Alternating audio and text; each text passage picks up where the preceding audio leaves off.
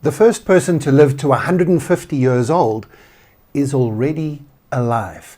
Yeah, they're probably a young child at the moment, but life expectancy is increasing at a dramatic rate at the moment. The people who study this, they're called gerontologists, estimate that at the moment life expectancy is increasing by somewhere around 1.5 days per week. That's right.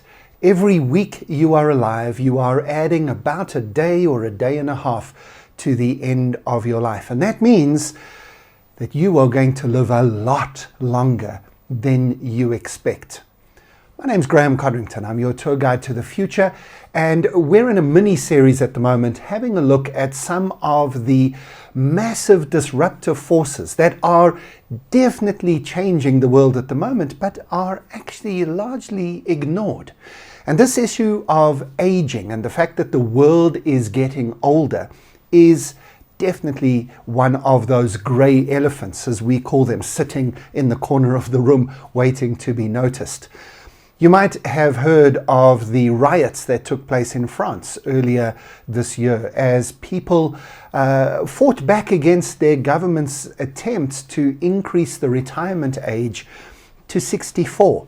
Other countries have already been doing this. Australia has already increased their retirement age to 67, and most countries have plans to gradually increase the retirement age of public sector workers over the next few years and decades. Because if we are going to live well into our 90s, if we are going to live beyond the 100 years as normal, well, we are going to have to make sure that we work longer, save more, so that we've got the funds available in our retirement schemes in order to be able to live that long.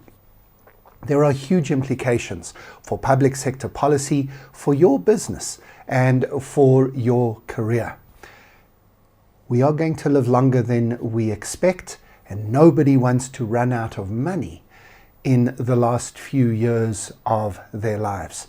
We've got to be thinking about when we retire and planning for that longer life. In the next episode, we'll look at some more implications.